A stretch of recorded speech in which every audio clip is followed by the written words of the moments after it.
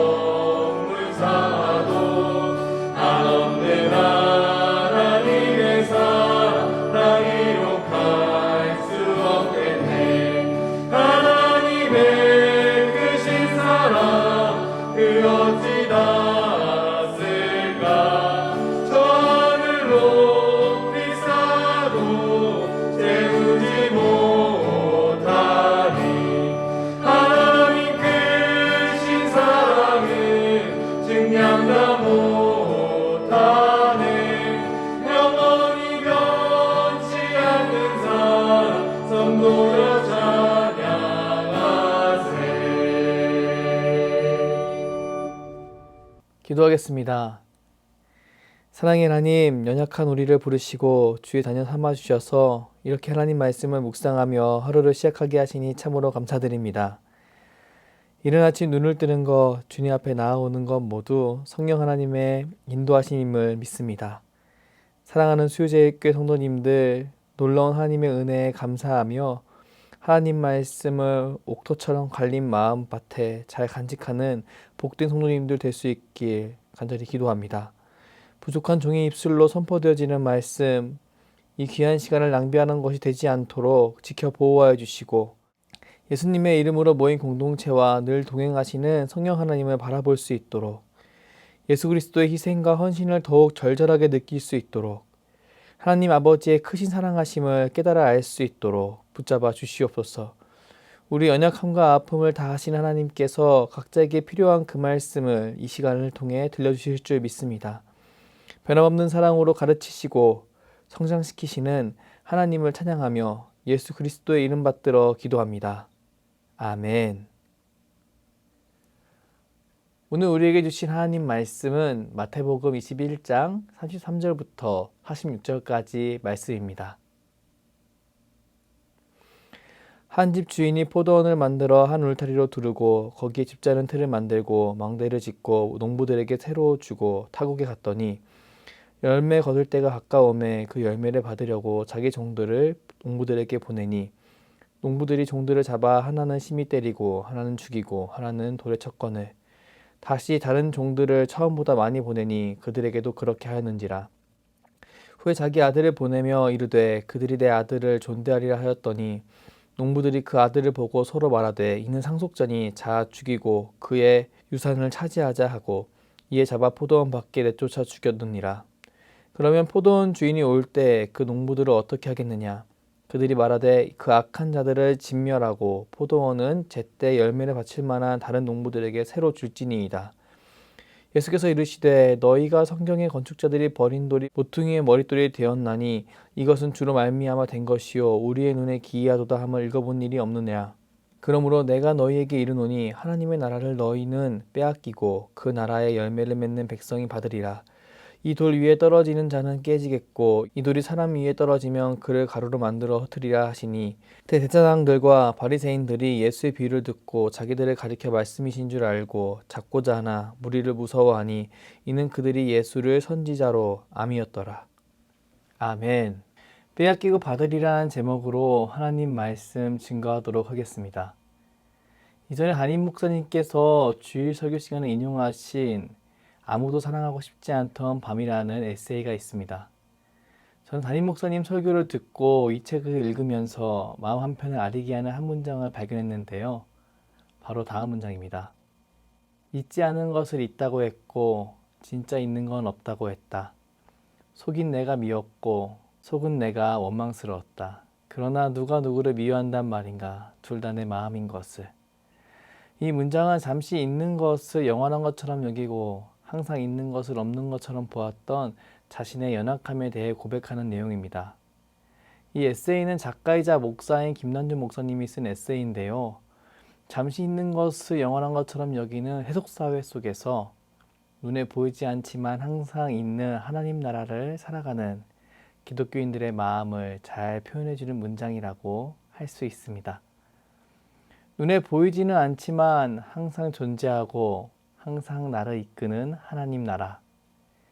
예수 그리스도를 통해 우리에게 임한 하나님의 놀라운 축복입니다. 이런 축복을 누리는 우리는 신앙의 삶을 살아가며 놓치지 말아야 하는 한 가지 사실을 기억해야 합니다. 바로 이 모든 것이 우리의 힘과 능력으로 얻은 것이 아니라 하나님의 사랑과 긍휼하심으로 주어진 선물이란 사실입니다. 신앙인이라면 그 누구든지 마음에 품고 사랑하는 내용입니다. 그런데요, 이 마음을 지키고 살아가는 것이 여간 어려운 게 아닙니다. 왜 그럴까요? 그 이유는 하나님과 하나님 나라가 눈에 보이거나 만져지지 않기 때문입니다. 물론 하나님은 극적인 개입을 통해 인생에게 찾아가셔서 그를 고치시고 이끄시는 놀라운 기적을 보여주시는 분이십니다. 하지만 하나님은 기계적인 관계를 원하지 않으시고 자발적으로 사랑을 나누는 유기적인 관계를 원하시는 분이시기에 눈에 보이는 현상보다도 하나님의 말씀을 통해 하나님과 하나님 나라를 보게 하십니다. 말씀을 통해 하나님의 주권을 보게 하시고 현실 속에서 하나님 나라를 누리게 하시는 하나님. 우리는 이 놀라운 하나님을 말씀을 통해 발견하고 따라가는 사람들입니다. 오늘 본문은 자발적이고 유기적인 사랑의 관계로 사람을 부르시고 이끄시는 하나님과 그 하나님을 배신한 사람들에 대해 나옵니다. 그리고 이 모습은 그 누가 보아도 잘못된 것임을 드러냅니다. 예수님께서 대제사장들에게 하신 유명한 포도원 농부 비유, 바로 오늘 본문 말씀입니다. 이 비유는 예수님께 무슨 권위로 성전에서 가르치냐 따지는 대제사장들과 장로들의 질문에 대한 답인데요. 이 질문에는 포도원을 만들어 산 울타리로 두르고 거기에 집자름 틀을 만들고 망대를 지은 후 농부들에게 세를 준 집주인이 등장합니다. 이 집주인은 농부들에게 세를 주고 바로 타국으로 이사를 가는데요. 타국으로 이사를 간 것은 그 농부들을 신뢰했다는 것을 의미합니다. 일부 소산을 제외하고 농부들이 그 모든 땅을 누리게 한다니 참 최고의 집주인입니다. 이런 놀라운 집주인을 통해 포도원을 경작하던 농부들, 비유를 보니까요, 이해할 수 없는 행동을 하기 시작합니다. 바로 집주인이 보낸 종들을 핍박하고 괴롭히고 죽이는 겁니다. 시간이 지나서 적당한 소출을 받기 위해 종들을 보낸 것뿐인데 그들을 괴롭히고 죽이다니요. 그들은 왜 이런 행동을 한 걸까요? 집주인은 적은 수의 종을 보냈기에 그들이 집주인의 영향력을 무시했다고 여겼는지 더 많은 종들을 농부들에게 보냅니다. 그러나 농부들은 더 많은 종이 올지라도 똑같이 괴롭히고 핍박하고 변함없이 죽이기까지 합니다. 참 이상한데요. 이런 말도 안 되는 일을 겪은 집주인, 그는 자신의 상속자인 아들을 보낸다면 농부들이 함부로 하지 않을 것이라고 생각합니다. 그리고 이미 한참 밀린 세를 지불하고 이전의 잘못을 뉘우칠 것이라고 생각했습니다. 하지만 농부들 상속자를 죽임으로 포도원을 갖게 될 것이라고 착각을 한 뒤 상속자를 포도원 바깥으로 데리고 나가 죽여버립니다. 정말 말도 안 되게 이상한 사람들입니다. 그 누구든지 이 이야기를 듣는다면 누가 선한 사람이고 누가 나쁜 사람인지, 농부들이 얼마나 악한지 이야기할 겁니다. 이 이야기를 들려주신 예수님, 대제사장과 장로들에게 질문하십니다. 그럼 포도원 주인이 돌아올 때 농부들을 어떻게 하겠는가? 이 질문에 대한 답, 41절 말씀입니다. 그들이 말하되 그 악한 자들은 진멸하고 포도원은 제때 열매를 바칠 만한 다른 농부들에게 새로 주지니이다. 누가 들어도 너무나 악한 농부, 대제사장과 장로들은 그들이 주인에 의해 진멸되고 포도는 제때 열매를 바칠 만한 다른 농부에게 주어질 것이라고 예수님께 이야기합니다. 누구라도 동일하게 말할 상식적인 내용입니다. 예수님은 그와 같이 상식적인 생각을 할 수 있는 너희는 왜 자신이 하고 있는 잘못을 깨닫지 못하냐고 책망하십니다. 42절 말씀 함께 읽겠습니다. 예수께서 이르시되 너희가 성전의 건축자들이 버린 돌이 모퉁이의 머릿돌이 되었나니 이것은 주로 말미암아 된 것이요 우리의 눈에 기이하도다 함을 읽어본 일이 없냐. 예수님이 인용하신 시편 118편은 적이 승리한 것 같은 상황이 임하는 이스라엘의 구원을 언급하는 시편입니다. 시편 기자는 22절, 23절 말씀을 통해 이스라엘의 구원은 오직 하나님의 기적적인 개입으로 가능했음을 드러냅니다. 건축자가 버린 돌이 집 모퉁이의 머릿돌이 되었다는 고백은 사람이 이해할 수 없는 기적과 같은 방식으로 구원을 이루시는 하나님을 나타냅니다. 예수님은 이 시편을 인용하시면서 이런 놀라운 은혜를 더하는 하나님을 배신한 대제사장과 장로들의 모습을 더욱 부각시키십니다. 울타리와 집자는 틀과 망대를 갖춘 포도원을 빌려주신 집주인을 배신하는 악한 농부를 보여주시면서 출애굽하고 가나안 땅을 정복하며 여러 열강 속에서 살아남은 이스라엘을 잘 다스리도록 권위를 부여한 하나님을 배신하고 이스라엘이 자신의 것인 마냥 주무르고 있던 대제사장과 장로들을 책망하십니다. 43절 말씀 함께 읽겠습니다. 그러므로 내가 너희에게 이르노니 하나님의 나라를 너희는 빼앗기고 그 나라의 열매 맺는 백성이 받으리라. 예수님은 악한 농부와 같았던 대제사장과 장로들에게서 하나님의 나라를 빼앗고 하나님 나라의 열매를 착실히 맺어가는 백성에게 하나님 나라를 주실 것이라고 말씀하십니다. 그리고 이 일을 이루고 성취하시는 예수님을 통해 하나님 나라가 그리고 하나님 나라를 이루어가는 개인의 삶이 자신의 것이라고 말하는 사람들이 깨지고 흩어지게 될 것이라고 말씀하십니다. 이 이야기를 들은 대제사장과 장로들, 그들은 일관적으로 예수님의 경고 앞에서 예수님을 죽이고자 살심을 품는데요. 사무엘하 12장에 등장하는 나단의 책망을 들은 다윗의 모습과 정반대의 모습입니다. 밧세바와 간음한 뒤에 우리아를 죽인 다윗은 한 이야기를 하며 그 이야기에 등장하는 악한 사람이 바로 당신이라고 말하는 아단 선지자의 말을 듣고 옷을 찢고 회개합니다. 그는 자신의 잘못을 향한 책망을 있는 그대로 받아들이고 회개했는데요. 대제사장은 믿음의 본이라고 할 수 있는 다윗과 달리 자신에게 바른 길을 보여준 예수님을 향해 살심을 품습니다. 자신의 완악한 마음을 더욱 강화시킵니다. 정말 참담한 모습인데요. 왜 이들은 이렇게까지 망가지게 되었을까요? 집주인이신 하나님께서 포도원을 맡기실 정도면 처음부터 이러진 않았을 텐데 이들은 왜 이렇게까지 망가지게 된 걸까요? 저는 이 말씀을 묵상하며 그들이 청지기 정신을 버렸기 때문에 이렇게 망가졌다는 것을 깨달았습니다. 세를 내며 포도원을 관리하는 농부들, 그들은 포도원 주인이 눈에 보이지 않았기에 포도원을 가꾸며 점차 자신을 이 포도원의 주인으로 여겼습니다. 자신의 수고가 담긴 이 공간, 누구도 빼앗을 수 없는 소중한 공간처럼 느껴졌을 것입니다. 아무리 주인이 따로 있다고 해도 말이죠. 일반적으로 고대 중동에서 포도를 심을 때에는 소출이 생기기 위해서는 사년의 시간이 필요하다고 합니다. 소출할 때가 되어 종을 보냈다는 말을 보면 집주인이 4년 만에 종을 보냈음을 알 수 있습니다. 물론 농부를 믿었기에 그렇게 한 행동이었겠죠. 그런 믿음을 농부들은 잔인한 배신으로 갚아줍니다. 주인의 신뢰를 착각의 근거로 만드는 무서운 장면입니다. 포도원의 악한 농부들, 그들은 집주인이 보이지 않는 현실 속에서 자신이 하고 있는 노력에만 온 신경을 집중했습니다. 그리고 가장 기초적인 사실인 이 포도원의 주인이 따로 있다는 사실을 잊어버렸습니다. 그랬기에 포도원의 소출의 일정 부분을 새로 받는 포도원 주인에게 불만을 갖게 되었습니다. 그리고 집주인의 상속자를 죽일 계획을 짜고 그것을 실행에 옮깁니다.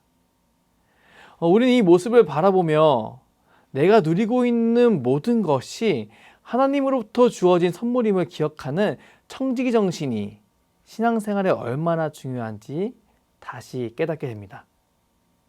단순히 대제사장과 장로들이 나쁜 사람이니까 그렇게 악한 행동을 한 거야 라고 말하면서 넘어갈 내용이 아닙니다. 우리는 잘못하면 그들과 같이 변해버릴 수 있다는 사실을 기억하며 말씀에 비추어 정직하게 나 자신을 바라보아야 합니다. 말씀을 통해 예수님을 보여주시며 내 인생의 주인이 누구인지 지속적으로 확인시켜 주시는 하나님의 손길을 우리는 받아들여야 합니다. 사랑하는 수유제일교회 성도 여러분, 오늘 말씀 제목 빼앗기고 받으리라입니다. 자신에게 주어진 놀라운 복을 자신의 노력으로 성취한 무언가로 생각하는 사람은 악한 농부들처럼 모두 빼앗기게 될 것입니다.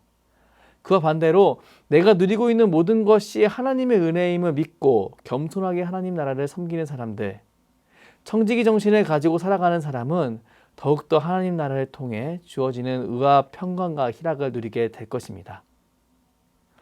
사랑하는 성도 여러분, 이와 같은 복, 청지기 정신을 가짐으로 하나님 나라를 온전히 누리는 놀라운 축복을 저와 여러분이 오늘 누리길 축복합니다. 하나님께서 겸손히 무릎 꿇고 주의 뜻대로 살아가려고 노력하는 백성들에게 큰 은혜를 더하실 줄 믿습니다. 기도하겠습니다. 사랑의 하나님, 사랑하는 주의 백성들에게 하나님 말씀을 전했습니다.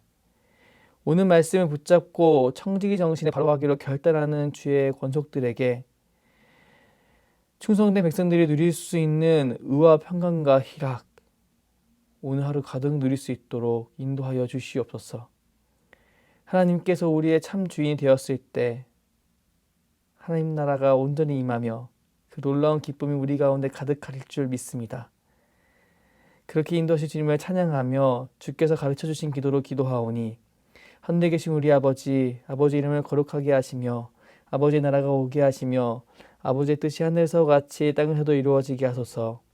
오늘 우리에게 일용할 양식을 주시고 우리가 우리에게 잘못한 사람을 용서해 준 것 같이 우리 죄를 용서하여 주시고 우리를 시험에 빠지지 않게 하시고 악에서 구하소서. 나라와 권능과 영광이 영원히 아버지의 것입니다. 아멘.